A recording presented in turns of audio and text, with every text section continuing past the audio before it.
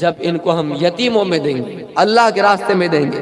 حضرت عثمان نے کہا اے سپاہیوں، اے قافلہ والو، یہ مال لے لو، ضرورت مندوں کو بلاؤ، جو لوگ غریب ہے، جو لوگ محتاج ہے، جو لوگ اناج کے شوقین ہیں، جن کو اناج کی ضرورت ہے، جن کو گلے کی ضرورت ہے، سارے لوگوں کو بلاؤ، جو ضرورت مند ہے ان کے یہاں گلہ تقسیم کرتے جاؤ۔ تو میرے بھائیوں، یہ تھے حضرت عثمان، جن کے پاس مال کی کمی نہیں، دولت کی کمی نہیں۔ کیا سالی پڑ گیا، مجبوری کا فائدہ اٹھا سکتے تھے، لیکن عثمان غنی نے مجبوری کا فائدہ نہیں اٹھایا۔ عثمان جانتے تھے 100 کا مال 900 میں بیچ سکتے ہیں، 1000 میں بیچ سکتے ہیں، لیکن عثمان سوچ رہے ہیں مجبوری کا فائدہ نہیں اٹھائیں گے، کیونکہ اس موقع پہ اگر ہم دان دے دیتے ہیں، کسی کی مدد کرتے ہیں، تو اللہ رب العالمین اس سے بھی زیادہ منافع دے گا۔ اور حضرت عثمان غنی میرے بھائیوں اللہ کے راستے میں یتیموں میں ضرورت مندوں کو وہ مال لٹا دیے۔ تو لوگوں میرے بھائیوں، اس دنیا کے پیچھے نہ پڑیے، اور دنیا میں 3 ہی چیز، مال کمائیے، دنیا کی بھلائی حاصل کیجئے، آخرت کی بھلائی حاصل کیجئے، اور جہنم کے عذاب سے بچا کیجئے۔ حضرت عمر کا حال یہ، حضرت عمر قرآن پڑھ رہے ہیں، سورہ طور پڑھا کرتے ہیں، میرے بھائیوں قرآن کی اس آیت پہ پہنچ جاتے ہیں، ان عذاب ربک لواقع، یقیناً تیرے رب کا عذاب واقع ہونے والا ہے، یقیناً تیرے رب کا عذاب ثابت ہونے والا ہے۔ جب یہ آیت عمر کے سامنے سے گزری تو حضرت عمر بے ہوش ہو کر زمین میں گر گئے، گھسی آئے، زمین میں بے ہوش ہو کے گر گئے۔ میرے پیارے ساتھیوں، اور بیمار ہو گئے، لوگ ان کی عیادت کے لیے آیا جایا کرتے تھے۔